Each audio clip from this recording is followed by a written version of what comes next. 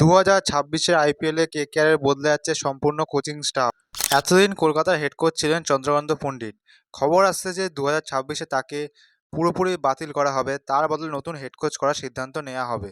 কিন্তু এখন কাকে করা হবে সেটা এখন সবচেয়ে বড় প্রশ্নের বিষয়। ইয়ন মর্গানের নাম সবার আগে রয়েছে। এখন রাজস্থানের থেকে খবর আসছে যে রাজস্থানের সঞ্জু স্যামসন তো তার দল ছেড়ে দেবে, তার সাথে সাথে রাহুল দ্রাবিড় যে কিনা 2025-এ রাজস্থানের হেড কোচ হিসেবে জয়েন করেছিল, সে নিজে থেকেই 2026-এ হেড কোচের পদ থেকে সরে যাচ্ছে।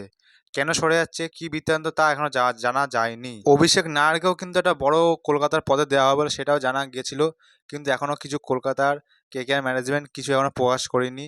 তারপর ডিজে ব্রাভো এখন 3 বছর মেন্টর থাকবে, মানে 1 বছর হয়ে গেছে, এখন 2 বছর মেন্টর থাকবে ডিজে ব্রাভো।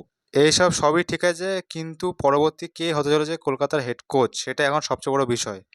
গৌতম গম্ভীরের পর যদি কারোর নাম আছে সেটা হচ্ছে ইয়ন মর্গান। ইয়ন মর্গানের যে কিনা কলকাতাকে একটা অ্যাগ্রেসিভ টিম হিসেবে 2021 সালে ক্যাপ্টেন্সিতে তা বুঝিয়ে দিয়েছিল।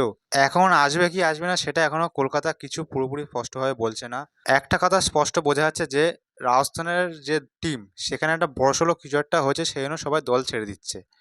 সঞ্জু স্যামসন আর রাহুল দ্রাবিড়ের মধ্যে সম্পর্ক কিন্তু খুবই ভালো, তাই সঞ্জু স্যামসন যে দলে ট্রেড হবে আশা রাখা যাচ্ছে যে রাহুল দ্রাবিড়ও সেই দলে যেতে পারে। আর সঞ্জু স্যামসনকে কলকাতা একদম মানে পেলে ভালোই হয়। আর কলকাতার যে হেড কোচ পদ সেটাও কিন্তু ফাঁকা রয়েছে, তারা যদি ফ্রি রাহুল দ্রাবিড় যদি কলকাতার হেড কোচ হয়ে যায় তাহলে কিন্তু ভালোই হবে। কিন্তু একটা দিক খুব কষ্ট হবে, সেটা যে ইয়ন মর্গানকে কিন্তু কেকেআর ফ্যানরা মন প্রাণ থেকে চাইছে। এখন সেটা বড় বিষয়, কলকাতায় কি হবে সেটা এখন দেখার বিষয়।